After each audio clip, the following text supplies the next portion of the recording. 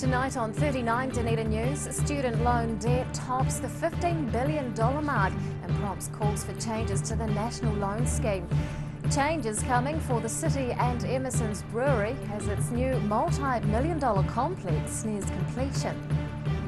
And cycle safety among some children is revealed to be lacking, so parents are being encouraged to step up.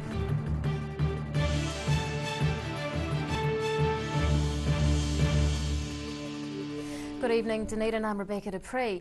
New Zealand's collective student debt has today reached a record $15 billion. Tertiary groups around the country have been addressing that by rallying for changes to the loan scheme, but local representatives are keeping quiet. Walking around with a weight on their shoulders, New Zealand's combined student loan debt has today reached $15 billion. It's a substantial figure, but for some locals, it's just part of their tertiary experience. I'm kind of just pushing it to the side for now, and then think I'll just have to deal with it after uni, I guess. If you want your country to go further, you're going to have more professionals and professional jobs, and without universities that's pumping money into it, then you're not going to get that. And I guess it's just as a result. And if you're going to have something else, you're going to have other problems. So, yeah. The New Zealand Union of Students' Associations reached out to all its member groups to organise simultaneous activities related to the debt. President Lindsay Higgins told 39 Dunedin News she contacted the Otago University Students' Association, but was told they didn't have the capacity to hold an event. That's despite the debt being of concern to many Scarfies. I'm always so gutted I'm stuck in debt, but yeah, it's always on your back because you want to go travelling, but like you want to earn money and it's never going to really help because you can't actually do anything that's going to get you far. Like starting pays are too low for the debt that we're in. It makes it really hard to maybe pursue what you want to pursue because you're really concerned with paying off these debts. And it really limits kind of what you're able to do after school. Today's marking of the debt is largely symbolic because the total fluctuates as new loans are taken out and others are paid off. But it's giving those concerned an opportunity to offer up solutions to what they see as a major problem. Maybe the government could help with subsidising education a bit more, but you know, it's a difficult problem. Having education around career options and making sure that people are getting engaged into what they're studying so they're invested in it and not just considering it as the next step of study. The Otago University Students' Association denied requests for on-camera comment today. A statement was issued to 39 Dunedin News that executives weren't entering the discussion. Ruby McAndrew, 39 Dunedin News. Concern about harassment and disorder in the student quarter is prompting the university to apply for more CCTV cameras around campus. There are already about 400 cameras within the university and a handful in nearby public streets. It's hoped that extra coverage will deter unacceptable and dangerous behaviour. More than a dozen couch fires and several large parties have plagued the area recently. Some students have also expressed concern about sexual and racial harassment. Those spoken to today had varying opinions. I felt pretty safe being with somebody, and then you do see the people wearing black, the campus watch people, and they're always around, so it's pretty safe, like compared to being out on the streets in town. We had police outside our flat this morning. We got robbed the other night, so for yeah, definitely cameras all the way. Like maybe at late at night I wouldn't feel safe, especially because I have labs finishing at 9, so I guess not. The university is considering a formal letter signed by 11 local women outlining instances of harassment. Staff are looking into ways of addressing the issue. A new brewery being built in Anzac Ave is set to add dozens of jobs and thousands of dollars to the local economy. The multi-million-dollar Emerson's complex is edging towards the final stage of construction ahead of a winter opening, and there are some special features in store. Looking over expansion plans, Amos M Brewery staff are preparing to shift into their much larger site currently under construction. They're having to increase production and capacity as a result of growing success. We'll be producing lots of different beers as well as our core beers, but we are trying to keep up with the demand. All operations will soon be moving from the company's leased Wycliffe Street site to a bigger property at the intersection of Anzac Ave and Frederick Street. Staff need a larger facility to grow production, and parent company Lion has invested about $30 million into the project. The upgrade is giving staff opportunities to experiment with new brews, and an expanded bottling plant will boost output to the rest of the country. We will have a 1,200 litre brewery, which means that we can keep doing small-scale brewing and production and trying out new different beers, and should they become popular, they'll go up to the 5,000 litre brew house. A restaurant is also being developed to operate alongside the brewery. That'll create more hospitality jobs within the city, and new positions are also being created for the production side of the business. Staff are pleased to be staying in the company's founding city and giving the local community a boost. It's got to be positive. Nice to know that we've actually stayed in Dunedin, because this isn't part of the brand, and the brand is about Dunedin. The last beer is being made at the old premises this month, and staff are looking forward to officially opening their new brewery in July. Annabelle Dick, 39, Dunedin News. A new study on bees suggests the insects are seriously impaired after absorbing small doses of a common pesticide. The University of Otago researchers found honeybees suffer severe learning and memory loss after eating a certain product. Academics say that potentially threatens their success and survival of local bee populations. The insecticide harming bees is also toxic to humans, but is used around the world on crops and was thought to be safe in small amounts. Local researchers found traces of it in bees from hives around Otago.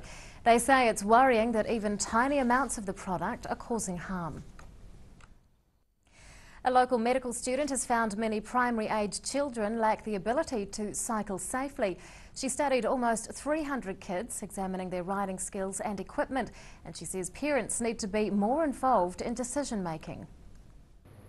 Looking over some stark findings.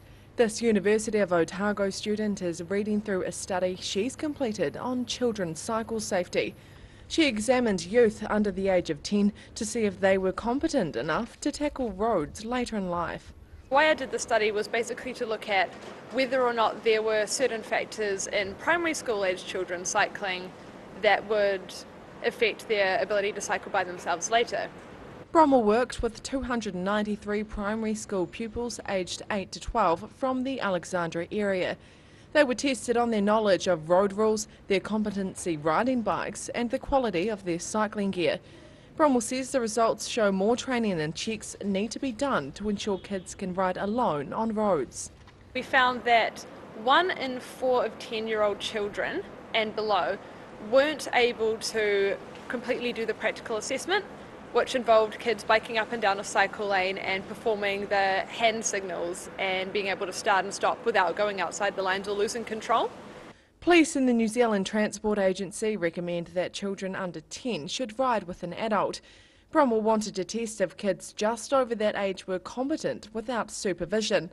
She says the highest rate of cycle deaths and accidents are within the 10 to 14 age group, and parents need to think carefully about letting children bike alone. A recommendation from that would be for parents not to assume that just because it's said that children who are 10 and above essentially could cycle by themselves, that this is necessarily the case.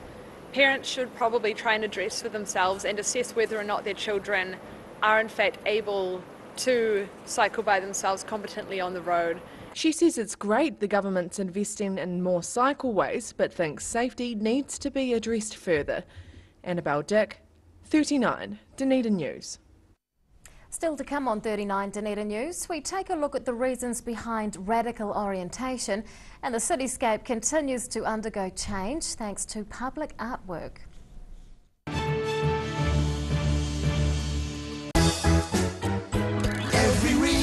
Every season, we're proud to dress the region. Alex Campbell menswear, it fits.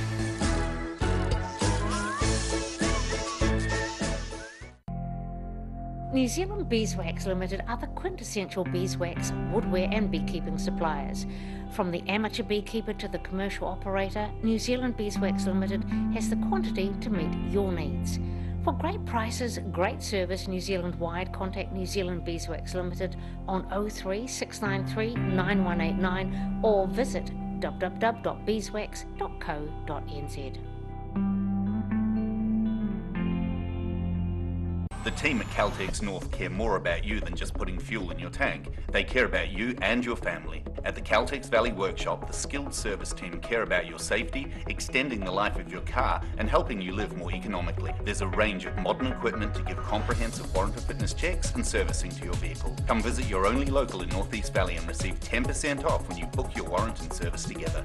That's your friendly Caltex Valley Workshop, 134 North Road, or book online at caltexvalley.co.nz.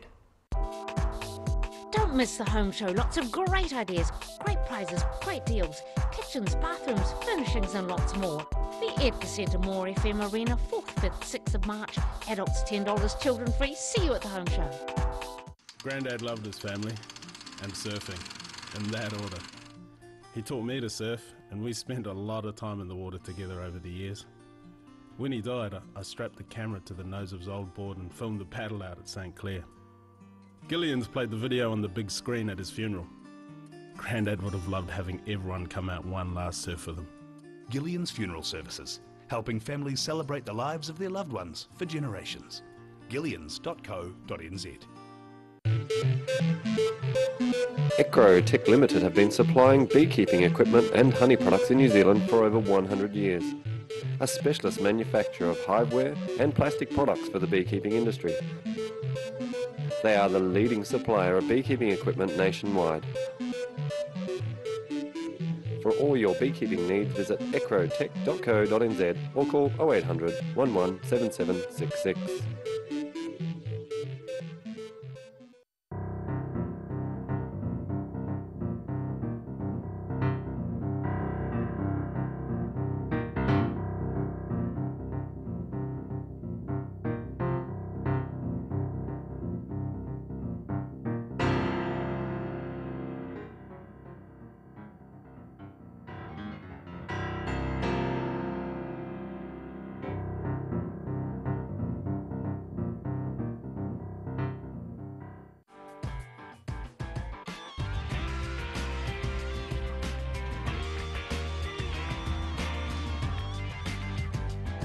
Tune in on Thursday for Motorsport Night on Dunedin Television.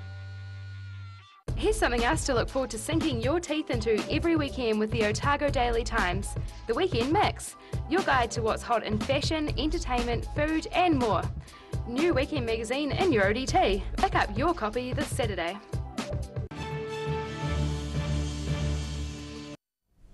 Welcome back. 3 local accountants are receiving top honours in a worldwide fellowship program.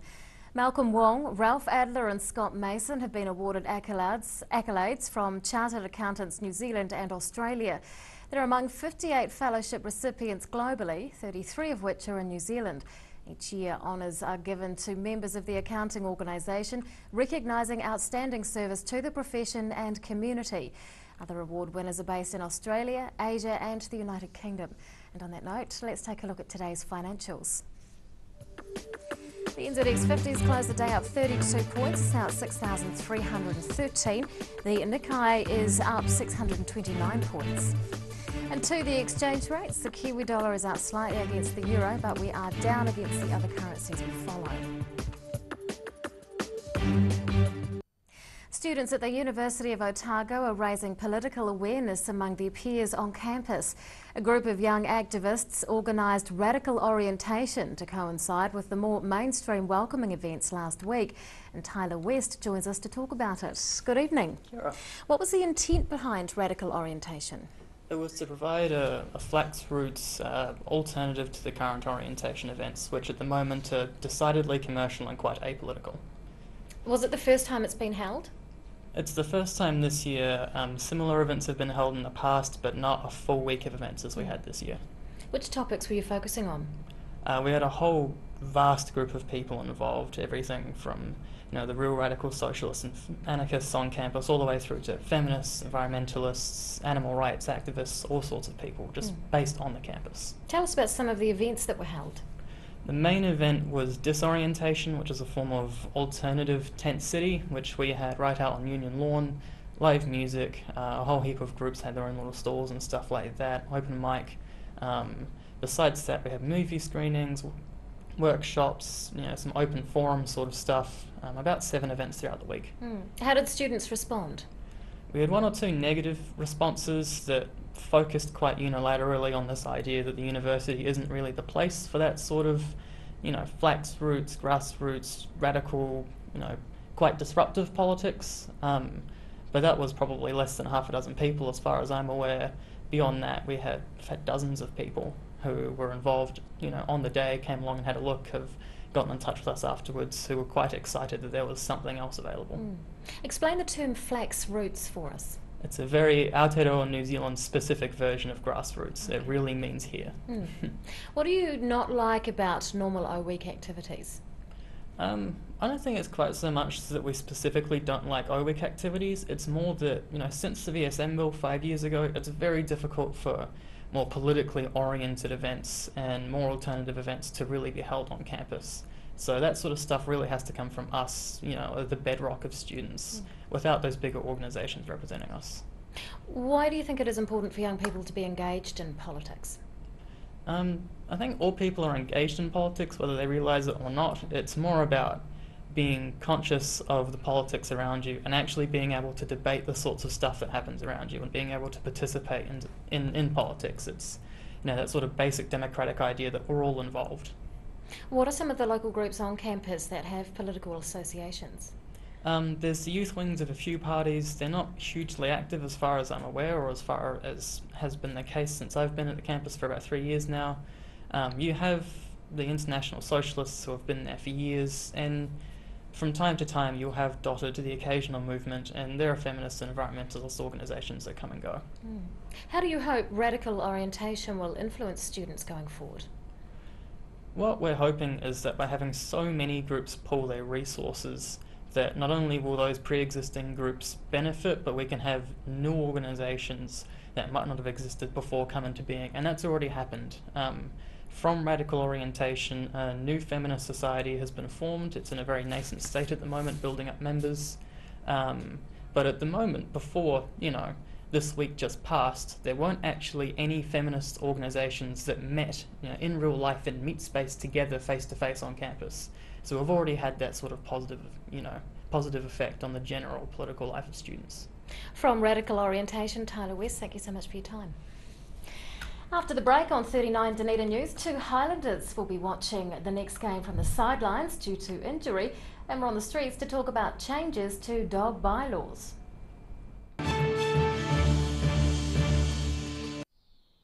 Sir Bob Charles, New Zealand's greatest golfer and still going strong. I'm sure that Sportsville was a contributing factor to my success, and I'll continue to use it. Sir Bob Charles Sportsville, a product so good he puts his name to it. Well, I believe Sportsville helps maintain your quality of life. Now being used by active men and women globally to support strength and mobility. It works for me. Sir Bob Charles Sportsville in the new all-black pack. Call now for the Sportsville special, 0800 502 402. Pallet fires are growing in popularity in Otago, with people who want a clean and efficient form of home heating. The sight of a burning flame without the problems of chopping, stacking and carting wood around is a winner. Pallet fires, so easy, so efficient. Don't miss the home show. Lots of great ideas, great prizes, great deals, kitchens, bathrooms, furnishings and lots more. The Ed More FM Arena, 4th, 5th, 6th of March. Adults $10, children free. See you at the home show. Are you looking to add a new dimension to your home? A Christie's glasshouse and shed will add value to your property and increase your gardening pleasure, and can be easily ventilated during the day. A Christie's garden shed is a brilliant addition to your backyard, adding to your storage capacity. The great Kiwi glasshouse and shed come in all shapes and sizes, are manufactured in Dunedin and come in a range of nature-inspired colour steel colours or metallic zinc-alume finish. Choose the Kiwi shed that has stood the test of time. Choose Christie. Mosgiel Mowers Plus can help you with products to make your garden maintenance jobs easier. Lawn mowers, ride-ons, chainsaws, line trimmers. Sales and service are our specialty. Mosgiel Mowers Plus. Phone 489 3572 22B Gordon Road, Mosgiel. Bring some more joy into your world by adopting one of our adult animals at SPCA Otago. Call now on 473 8252. Please adopt a pet now. They will love you forever. For professional, reliable and approachable service where your dream kitchen design can become an affordable reality, Contact the team at Kitchens for Less. Call 455 9973 or visit us online. Pregnant? Need to talk? 24 hours a day, 7 days a week. Pregnancy counselling services are here to help. It's free, it's confidential. Call us now on 0800 773 462.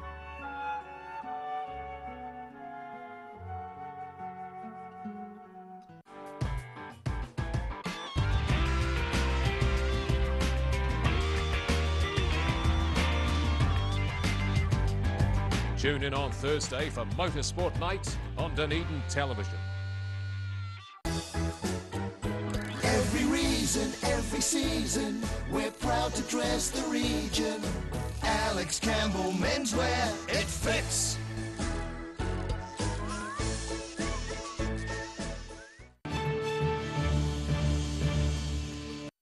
Welcome back. The city is attracting some of the world's best street artists who are enhancing the urban environment with painted murals.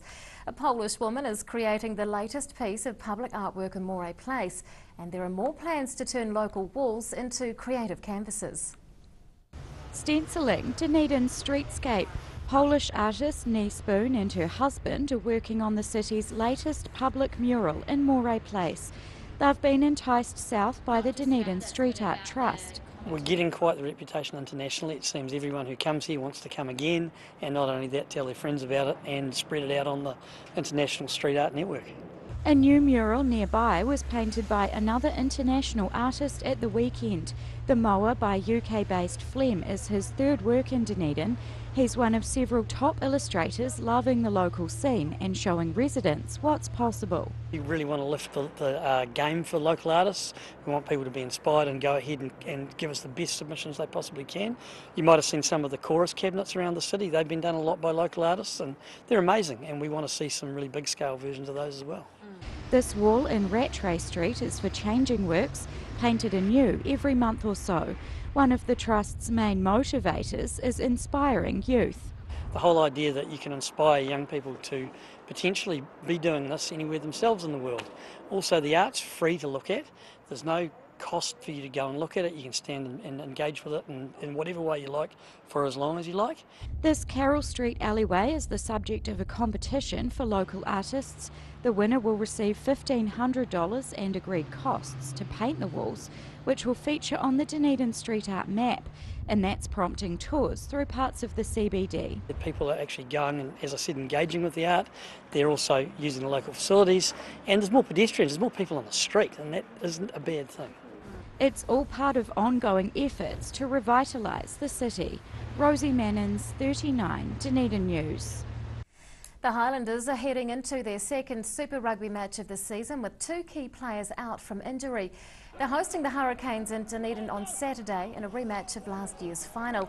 But winger Wasaki Naholo has fractured his leg, putting him out for a couple of months. Halfback Fumiaki Tanaka is also sidelined with a calf injury and won't be playing for several weeks. The Highlanders are hoping to retain their Super Rugby title, but haven't fared too well so far. They lost their first pre-season match, going on to draw with the Crusaders and win against the Waratahs. But they lost to the Blues in their first official game of the tournament. More than 300 people have made submissions to the Dunedin City Council about proposed changes to local bylaws. Many residents don't want the council to impose further restrictions on pet dogs. So our Word on the Street team asked members of the public if they think dogs should have to be on leads at beaches and sports grounds. Well, I guess I feel like it's hard to have a set rule because it really depends on the dog and the owner, and it should just be up to people's responsibility and discretion to know whether their dog is responsible enough. You can't take a dog on a beach and not let it on. But I think that comes down to the owner's responsibility of training. Like, if you're going to take your dog to a public place, you've got to make sure the pup's in line. I reckon dogs should be on leads just because, like you said before about like rugby grounds and stuff, if it interrupts like a rugby match or whatever like that. But then again, like if it's at the beach and it's a pretty controlled environment, then they should be allowed to have a run around. A dog should be allowed to run free on certain beaches, providing it will come when called. In other words, it should be under your control at all times. I think on sports grounds, absolutely they should. Beaches, I'm a bit ambivalent about. Highly populated ones, yeah, but the more deserted ones, I think the dogs should be allowed to run free, so long as you clean up after them. And if a dog is under control, not a problem. However, if some of the idiot bloody dogs you see, then they should be on a lead. Simple as that. I think dogs should be on leads. Just for safety or? For safety and also hygiene, like not having the dog poo everywhere. Yeah, keeping the dogs close to the owners. I think they should be on leashes because even some of the best dogs or well-trained dogs can snap, and they have been known to. So just to keep that risk at bay, I think they should all be on leashes. Well, it's just a safety factor for children and well, anybody really, and elderly people. So no, I think they should be on leads. Yeah. I think that all dogs should be on leashes as well, because if they're not, they might get a bit too excited and go like jump up on like a little child or something, or start chasing them and think it's a game. So I think to keep everyone safe, they need to be kept on leashes. And now recapping tonight's top stories on 39 Dunedin News. Combined tertiary student debt has reached $15 billion, prompting calls for the national loan scheme to be altered. Amos M Brewery staff are gearing up to move into their $30 million new complex, set to provide jobs and boost the economy. And a medical school student has found many primary-aged children lack the ability to cycle safely, so she's calling for more education. And to find out what's going to be on the pages of tomorrow's Otago Daily Times, we're joined by Barry Stewart, the editor. Good evening. Hello, Rebecca. We've got a pretty full lineup tomorrow. 2 nighttime street attacks on Dunedin women have left a victim with facial injuries and residents worried. The University of Otago proctor has resigned from the position after only 4 months in the job. And the Fringe Festival kicks off tonight with a big showcase event which will highlight all the talent of that festival, and we have a special page which will indicate what exciting things are happening over the next week or so, 10 days I think. We talked to Black Caps coach Mike Hesson ahead of the T20 World Championships. New Zealand Golf Open has announced another couple of big name players for that event next week, and the Highlanders have sold 15,000 tickets for the big match against the Hurricanes. Correct. Look Good at girl. me. Good eh? girl. And they're hoping for a crowd of 18,000, so it should be a big game with all the students back in town and a lot of noise on the zoo. Good luck to them. That's tomorrow's ODT plus more. Thanks, Barry. Thank you. Time now for local weather. This weather report proudly brought to you in association with Silverhorn Sportsville. And here is today's City View. It's a bumblebee. Busy at work. Around the city at 3 o'clock today, 15 degrees for the central city, a wee cool breeze keeping things down, 20 at the Gardens and 18 for the Tyree. To the situation, the airflow will tend northwest over the south from tomorrow, with weakening cold fronts brushing past southern districts on Friday and again on Sunday. To the main forecasts for some of the towns in the lower south, tomorrow nor'westers with cloud increasing for Invercargill and Gore, 21 degrees apiece. And we're expecting some nor'westers with high cloud increasing in Oamaru, but a high of 26 degrees. In Dunedin tonight, fine with a low of 10. Sunny periods at first tomorrow, but high cloud increasing during the day with warm nor'westers, 24 degrees. And on Friday, cloud clearing, sunshine increasing, light winds, 21. And to the Otago pallet fires, tidal and fishing information. High tide tomorrow morning is at 5 to 12. And fishing conditions aren't looking flash tomorrow, so we recommend giving it a miss. That's local news for Wednesday. See you tomorrow. Bye.